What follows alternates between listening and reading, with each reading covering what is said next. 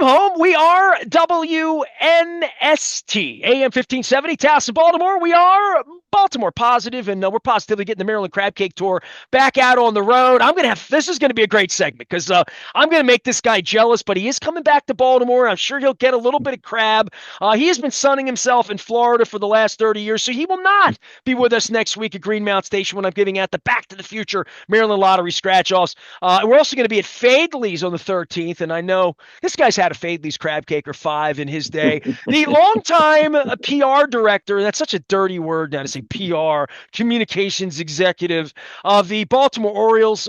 You would know him if you were at the final out at Memorial Stadium in 1991. He was one of the architects, as well as I'll have Charlie Steinberg on a little later talking about the era of Orioles magic and glory. Rick Vaughn was the wild thing here from Memorial Stadium to Camden Yards and then went off for the better part of 3 decades in Tampa Bay as the Tampa Bay Devil Rays and then Tampa Rays PR coordinator, and is now living in semi-retirement, doing good deeds and feeding people in the South Tampa area, as well as a partner with Joe Madden in his foundation and all of his good works. We welcome the wild thing, Rick Vaughn, back on. Vaughner, I would bring you on to talk baseball and fixing the Orioles and the Rubenstein ownership and last place and things that you're familiar with. You were in last place in Tampa for a little while and trying to figure it out and trying to wait for the Joe Madden and do all that. But we lost Jimmy Henneman this week, and I was going to reach you on baseball and this and that, and then you're coming to town and there's a funeral and all of that. Let's start with Henny. Let's start with you and how you're doing, and just baseball, man. It brings people together all during our lives, and certainly with Jim Henneman's death this week. Yeah, for sure. It was a really tough time. I was fortunate enough to get to see him in March when he came down for for about a week for the Orioles spring training in Sarasota. So I got down to have lunch with him, and he didn't look great. And I think we both had this feeling that was going to be the last time we were going to see each other, and it was proved to be correct. But Henny was, when I started with the Orioles in '84. We went to spring training and we had these parties there. We had one at the beginning of the spring training and one at the end. They were big barbecues. And Henny put these things together. The first one the team would pay for, and the second one the writers would pay for.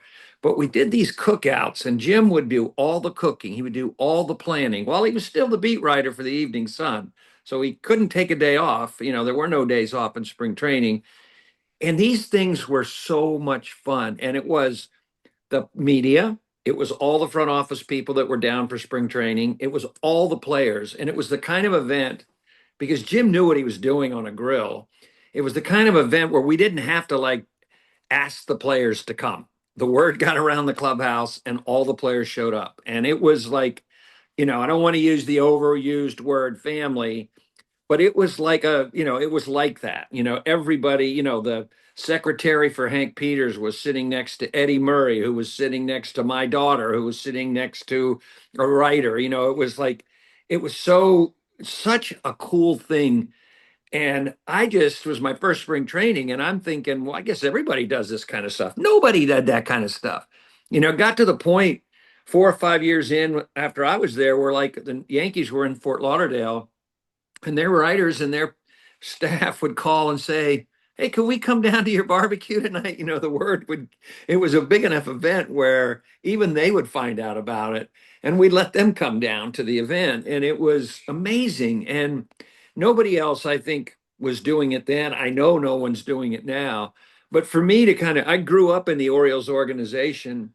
Bob Brown was my boss, but people like John Stedman and Jim Henneman, those were like my uncles. They were like the guys who would tell me, point me in the right direction or give me some advice. And Jim was that guy for me. I mean, I saw him every day, during the season for a number of years. And he was one of those guys, like I said, he was right in the middle of these barbecues. I'll never forget one time we were at Sarasota. We had moved up to Sarasota by this time. We were at the ballpark, at the complex there, and there was a big thing going on that day, news-wise. I don't know, it was a trade about to happen or something was going to happen, and everybody was running around. But that was the night of our barbecue, and so Jim was in the kitchen cooking all day. And I remember he came out like 2 o'clock in the afternoon, and everybody's trying to find out what's going on. And Jim was like, "I need a big pot." And he got this, he was parboiling the ribs, and he didn't even know what was going on. But you want to know something? The next day in the Evening Sun, he had the story, and he probably had quotes from people that nobody else had quotes from on that story. He had a little longer deadline because What it was did the he evening feed you? paper. What you keep some what was a Henneman barbecue? Well, Because it was I the don't know anything about this. I mean, I met Jimmy.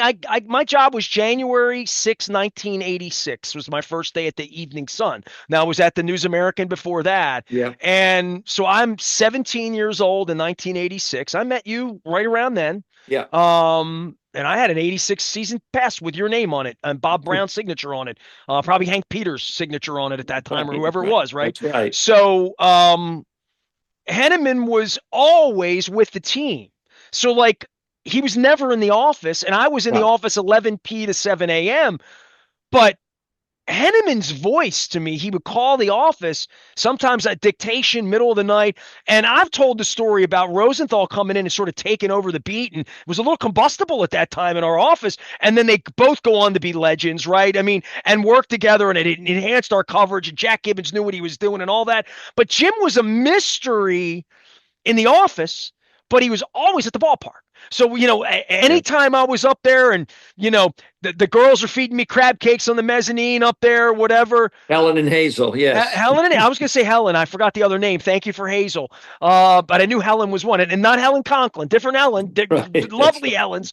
But Henny had his seat in the press box, and it was sort of like, there was the Evening Sun seat, there was the Morning Sun seat. Then it was probably Richard Justice, probably at that time, yeah, and the News American, which was my thing, which was Mark Hyman or Bill Stetka, right. at that time, and those were the beat. But that press box, whether it was Ekman, Bagley, Thomas, Jack Dawson, just, young Keith Mills, myself, all of these people, it really was familial in a way it hadn't been in so long with media and people in front offices and all that. But the barbecue thing, dude, we lost Henny. He's dead. I'm 40 years into this. I didn't know anything about so like, I'm fascinated. Like, was he making baked beans? What's he doing? Well, his big thing was the parboiled ribs. That was what everybody came for. He was great with ribs, but he'd throw some chicken on there and maybe some pork or whatever. But the ribs were But you got him in his the baby. kitchen all day, and he's like missing out on stories, and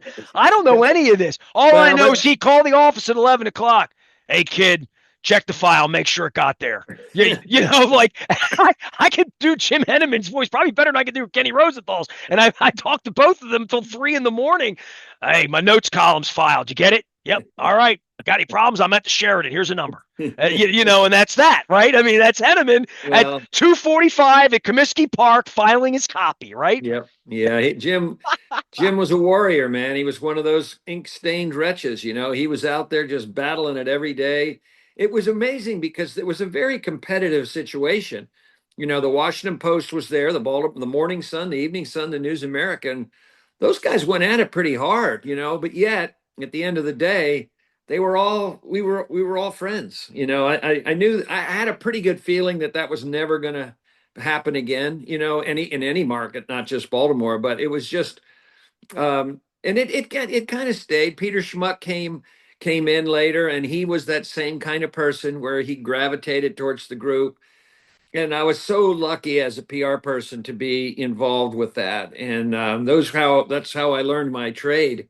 Was being with that group and being with people like Phil Itzo and Bob Brown and even others, in uniform. People like Brooks, and who was a tremendous influence on me when he was in Chuck Thompson and all those guys. Well, I was so lucky to be a part of that. And Henny was right in the middle of that. I mean, he signified what all that was about. It was all good stuff, and I was blessed to be a part of it. And like I said, my wife and I both knew, Sue and I both knew, probably it wasn't going to be like this forever.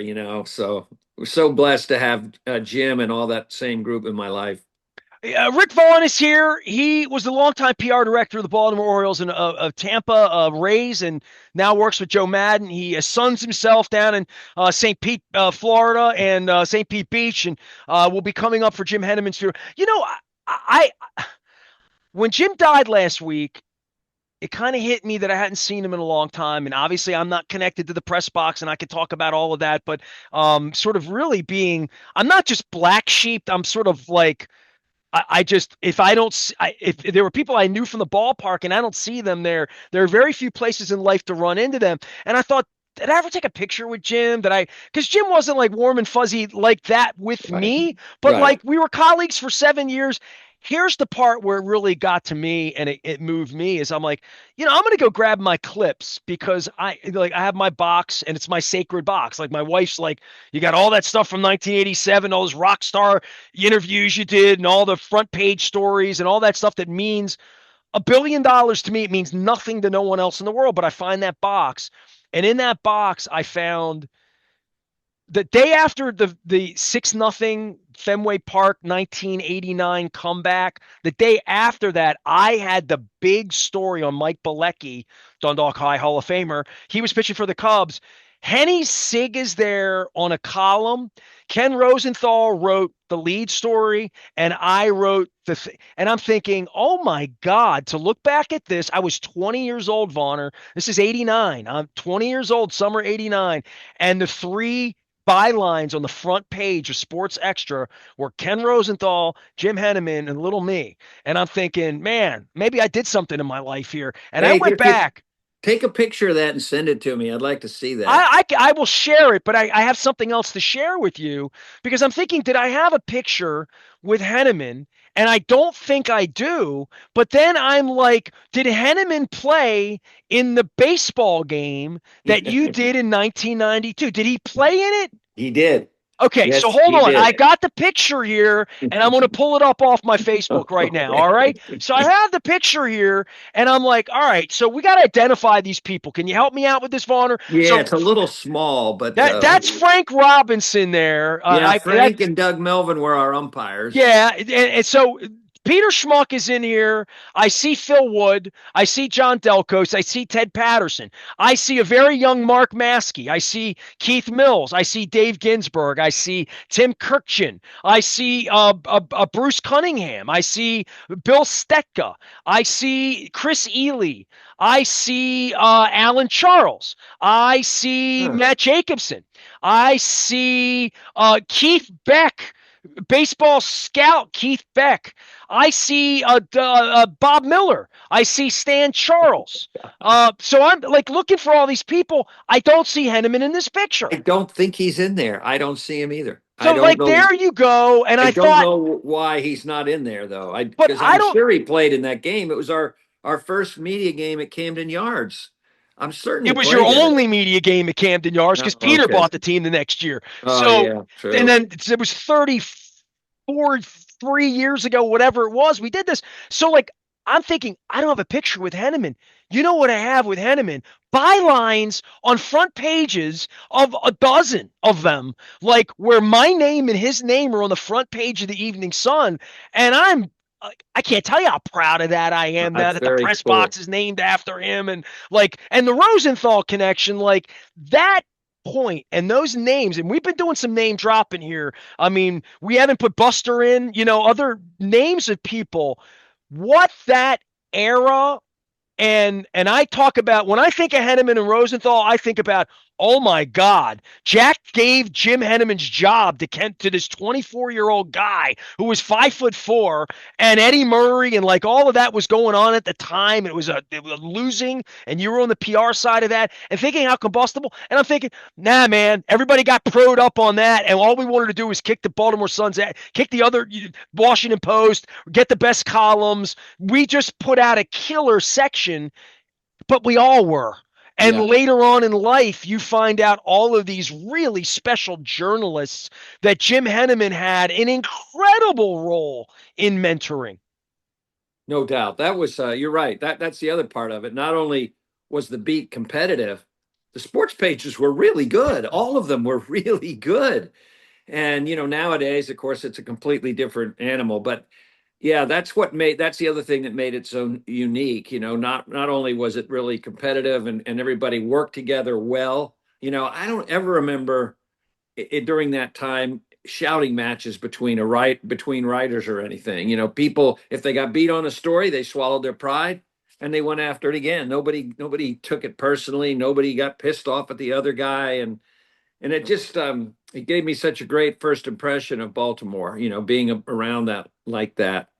And like I keep saying, Henneman was right in the middle of all of that. And, Jim was the guy you went. And the other thing is, Jim would go to you. You could go to Jim, not just Baltimore. I mean, he was the dean of, I don't know anybody that was the dean of anything as long as he was of Baltimore baseball, but he was also a rules guy. He knew all the scoring rules. If you had a question at the end of the day, his word was the last word, whatever he said, and it was invariably right. Over the years, I don't know if you're aware, he developed a very good relationship with the Baseball Hall of Fame, and he was on some of their committees, steering committees, and they were, in fact, this is pretty cool. The day before he passed, the president of the Baseball Hall of Fame in Cooperstown, Josh Rawitch, came and visited him in the hospital. So that tells you what sort of, uh, Josh is such a special guy too. yeah, I know he's Josh. terrific. Yeah, I love him. I love him to death. But he was there in that hospital. That's the kind of feelings that the hall had for Jim, and not just this isn't just Baltimore. This is beyond that.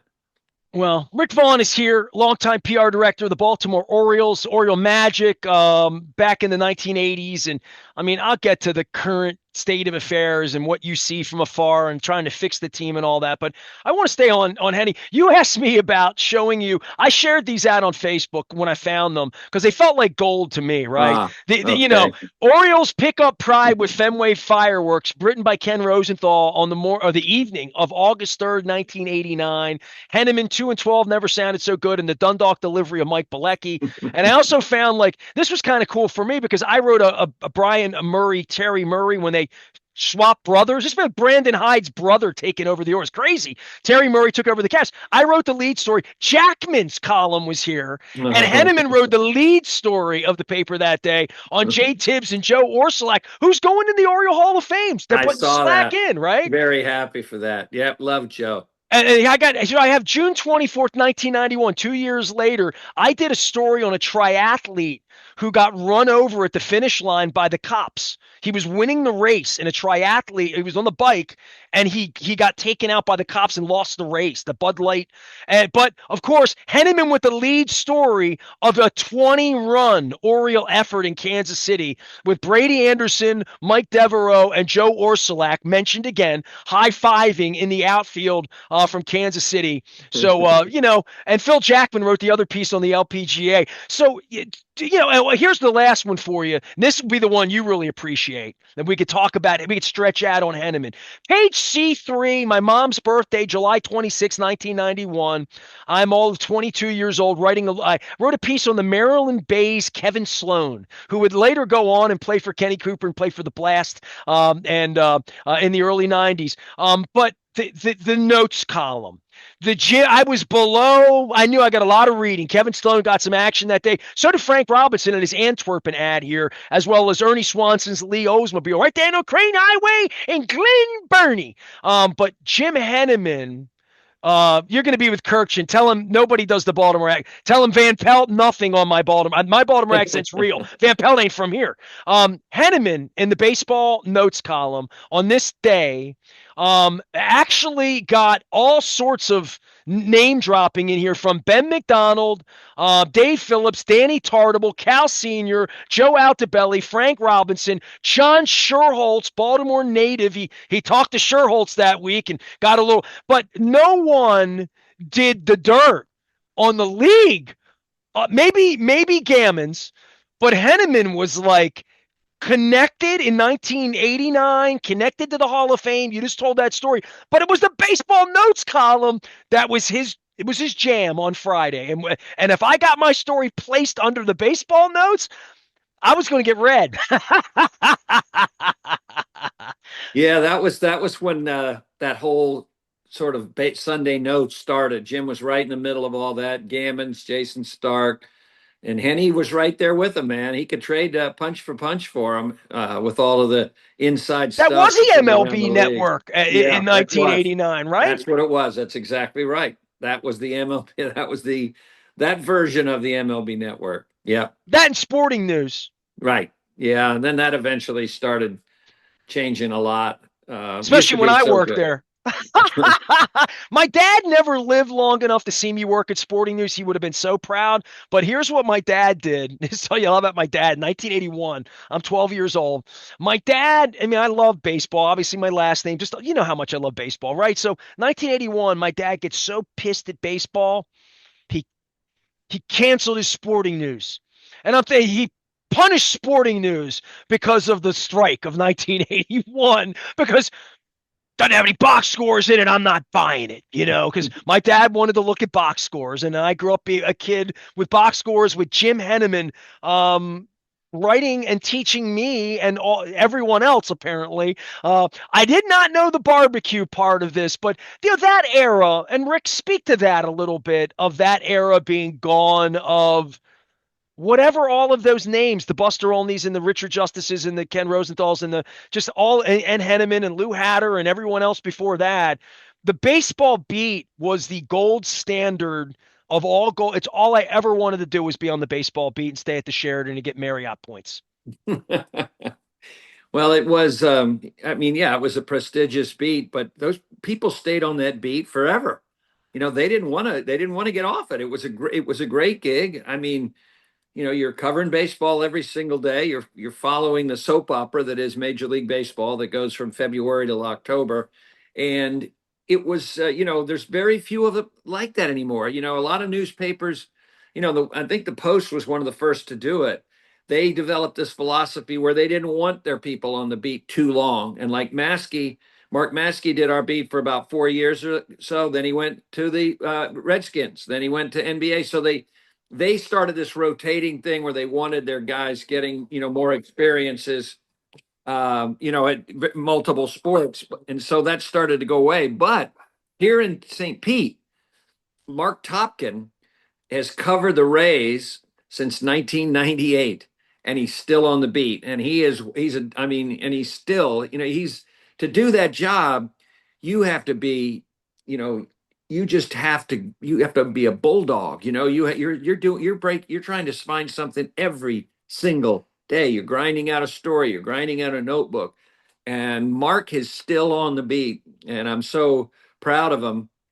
We're very good friends because we worked together for 20 some years down here, but he's become, there's nobody like Mark around anymore. And I could give you Nobody's names of Rick Hummel, of, Yeah, yeah, Shelley Oker, just yeah. going through names and beats and cities that said if you wanted to know what was going on with, the Atlanta Braves, you'd find people, and we're losing so many. And and this is where I'll turn away from Henneman and more onto the real baseball situation of the reality of not just the terrible weather you're going to land for Jim Henneman's funeral this week, being a Florida guy. Rick, I've seen it all, bro. 35 years, right? You and I go at this. My 35th year on radio here in Baltimore, 27th year owning the station here. And the Angelo stuff was terrible and awful, and you were a part of it, and you saw it, and you came up here, and I came down there, and Free the Bird, like all of that. It's 19 years ago I did Free the Birds, waiting for the next thing, never believing it was going to take that long, and that we'd lose Mike Flanagan along the way, and like Brooks Robinson wouldn't be here, and on and on and on and on. It would take this long. But this feeling the last 2 years of the hope here and what was built into in our last few conversations about, hey, Angelos is gone. There's a new thing. Look at all this young talent, 101 wins, playoffs, all of that. This, whatever has transpired here in the last 8 weeks, we never got our hopes up with Angelos. Like that was the floor and the ceiling weren't far off, ever, ever, ever. And once you learn that, and people like you learned and left and went and worked other places and did other things with your lives, this waiting for it to come back and now having it be whatever you're going to find on the baseball gossip side of when you land here above and beyond everything incredible that Jimmy did. I just I found myself bottoming out this week. I mean, like literally with on the air, I've kind of lost my mind in a way that I haven't, because I'm fans are losing their fans put money in Birdland this and all that, and they don't want to use their money. Like this is a really tough circumstance, and I know from in Tampa and trying to build something from nothing, and your stadium doesn't have a roof now, and they're playing in a minor league. Like everything that's going, trying to keep the franchise there, it's really really hard to do what the Baltimore Orioles did here in your era, and you came in on the end of an era that was sort of built for you. It's really hard to do that, and it takes a village, man, beyond a village. And I'm worried for all of this here. Well, look, it's hard for me to say too much because I'm a long ways away. I think on the baseball side, I would just say, look, no one envisioned the injuries that they've had to their pitching staff. Nobody could survive that. On the other side, I wish they had been a little bit more aggressive as an Oriole fan, and maybe getting some more pitching depth during the offseason. I love Charlie Morton. He's a warrior, but he wouldn't be the answer. He's not going to give you a whole lot of innings, as an addition. But, you know, I wish they had just maybe been a little bit more realizing that this window they have is a beautiful window. They've got so many great young players, and I know they're not performing offensively like we hoped they would.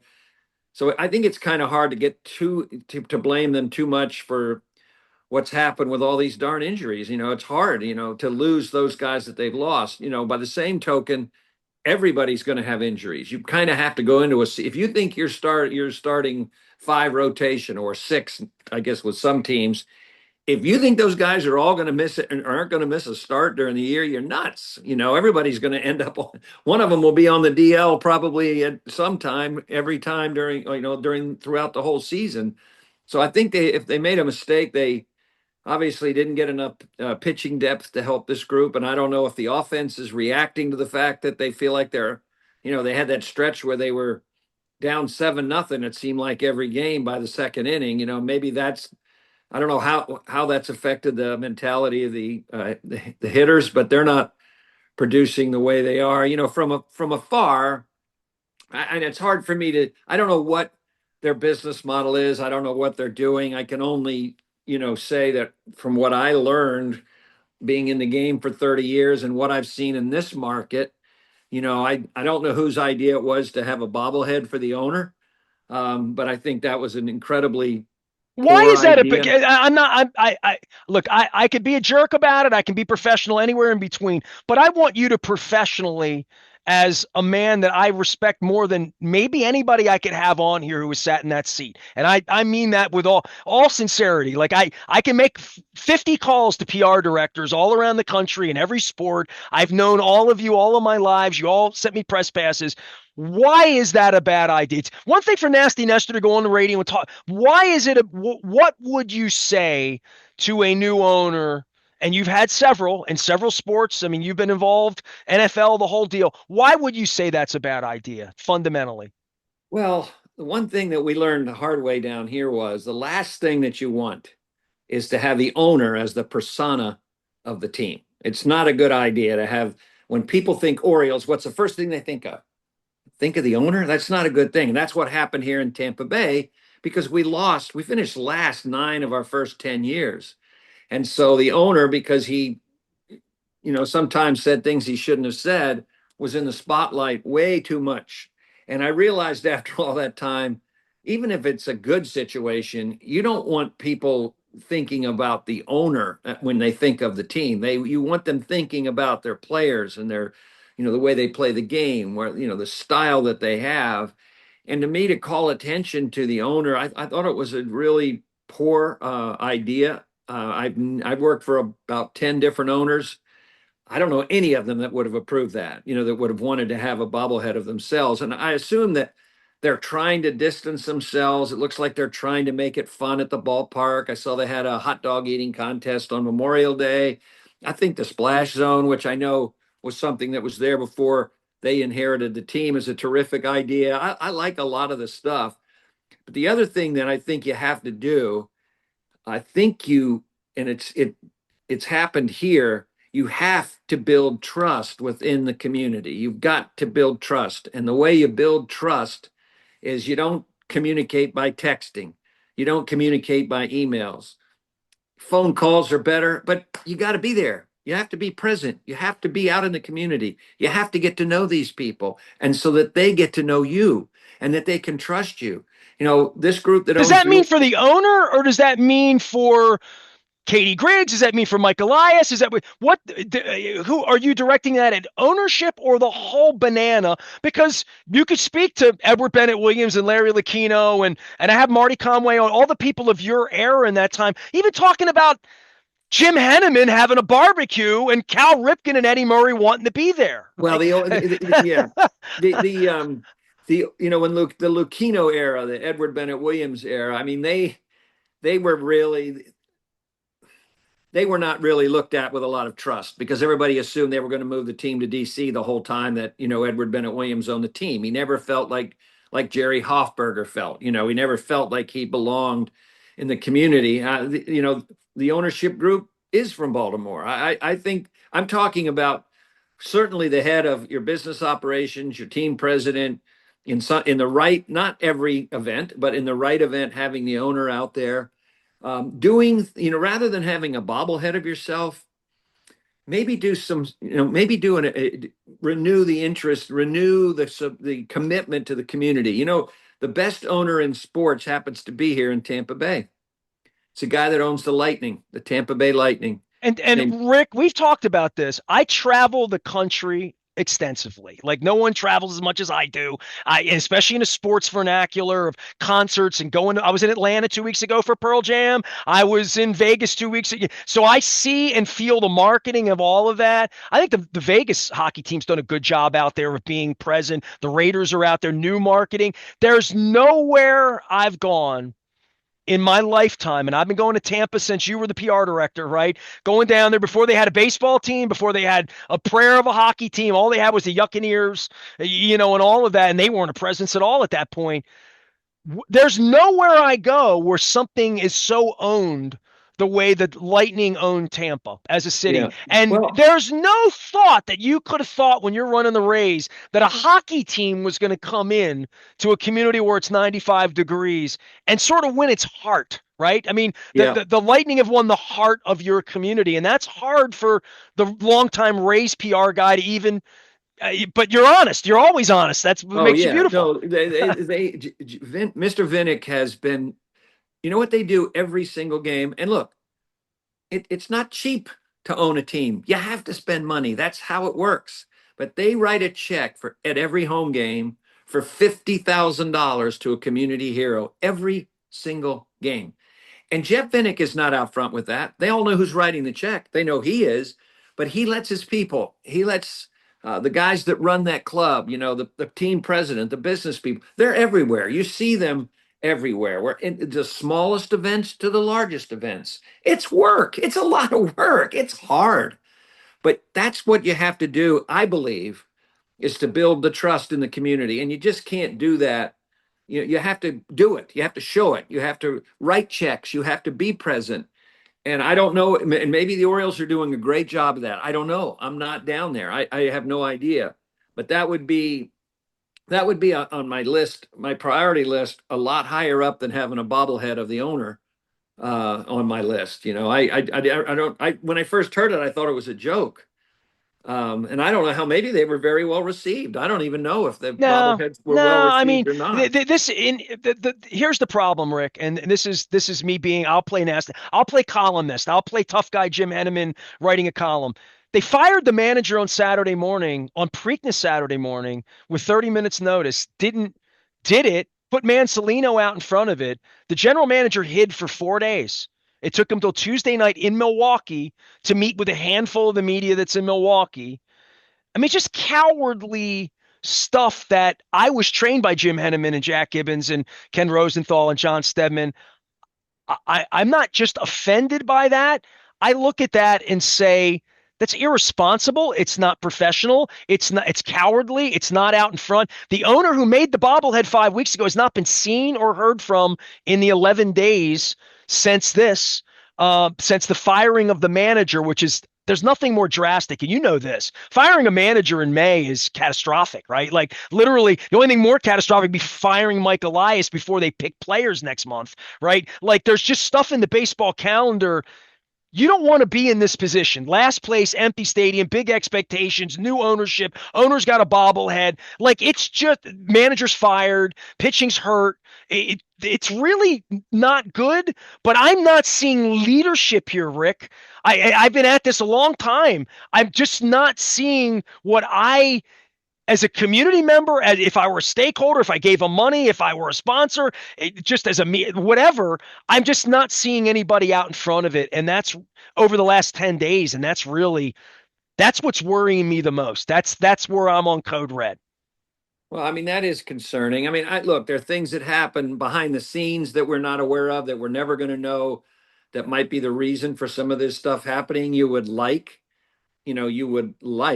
I know if I was the PR guy, I would have been arguing for it to be a little bit more transparent than it was, but sometimes things happen that for reasons that we don't quite know and we'll never understand and we won't be, privy to. And maybe there was some things going on there. It doesn't seem to be the right way to handle it.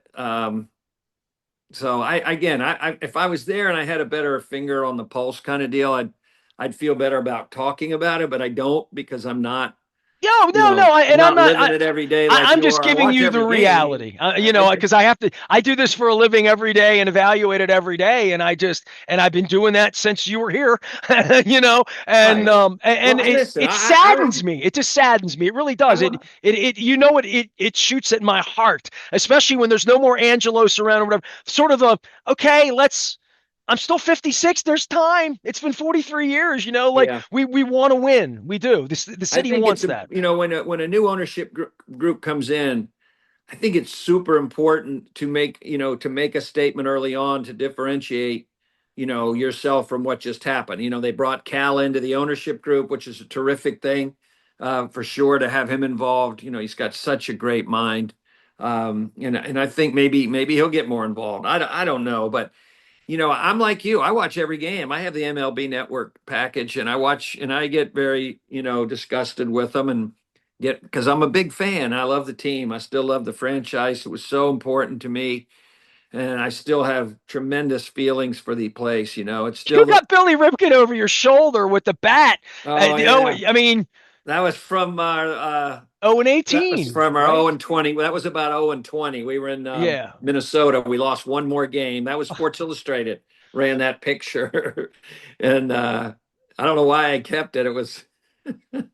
It wasn't really a great moment in It's a our lives, but reminder of where you were and how far you've come. well, maybe, yeah, maybe that's yeah, that's it. That's what That's it it. That's is. it. Hey, I gotta run because I got your buddy Charlie Steinberg. And talk about Joe Madden for a minute or two. Is he gonna manage again? Because I mean, that is something that pops up here. It's like bring Buck Showalter in, bring Bill Ripken in, there's all of that. But then there's just Joe in general doing good stuff, right? Just 200 miles north of here, up in Pennsylvania. I'm completely flummoxed that he has not been brought in by somebody. I mean, I know that everybody's pretty much all these teams are kind of singing from the same page of music. It's all heavy analytics. Joe is not an anti-analytics guy. He is a heartbeat guy and an analytics guy combined. But I would think somebody would want him in some meetings, giving some opposition to what's being said and just saying, hey, what if we looked at it this way? And Joe would be the one that would do that because he has that incredible, uncanny ability to look at things like other people don't look at it.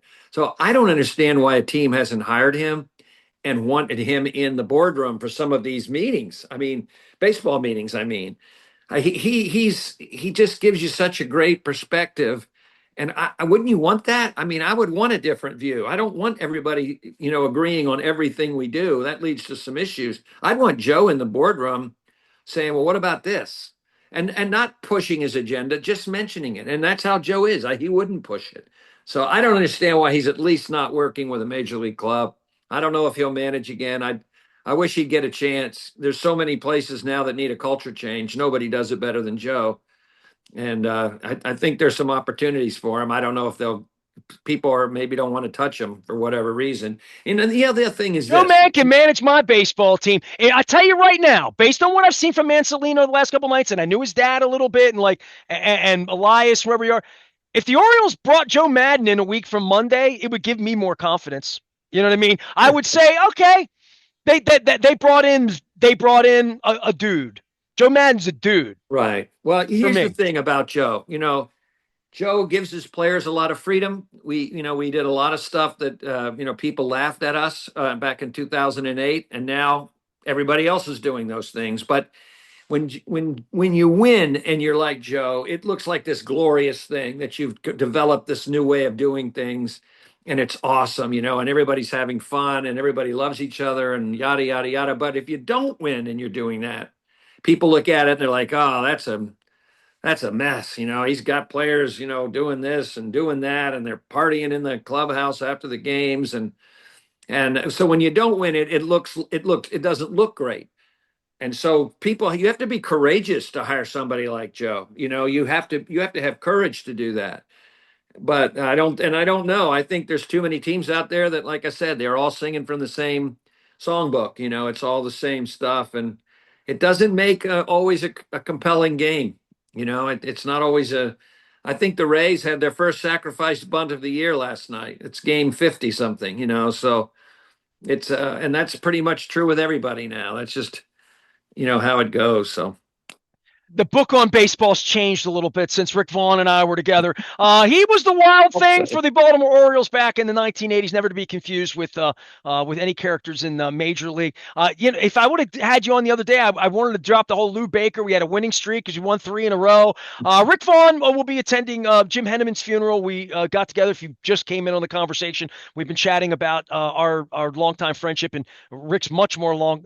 Rick's eating his barbecue, so that's even. And I didn't even know Jimmy had a barbecue. So to anybody out there that loved Jim Henneman, I put myself in that camp of incredible respect, and going back and fulfilling these thoughts of my childhood and memories of all this, and the Jim Henneman press box. Anybody out there grieving Jim, I hope we all celebrate his life and his involvement in Baltimore baseball, as well as the Hall of Fame. You taught me a lot about Jim Henneman, so I appreciate that, Rick. I love you, man. Crab cake soon. Come back to Baltimore. Bring the weather from Florida. We need some I'll 90 and try. sunny, all right? See you, buddy. Rick Vaughn, running the Joe Madden Foundation as well. You can read up on all of that out on the internet, doing great things and feeding families down in South of Florida. And if I get down there and I have a day chasing the lightning or something, I'm going to come to your soup kitchen.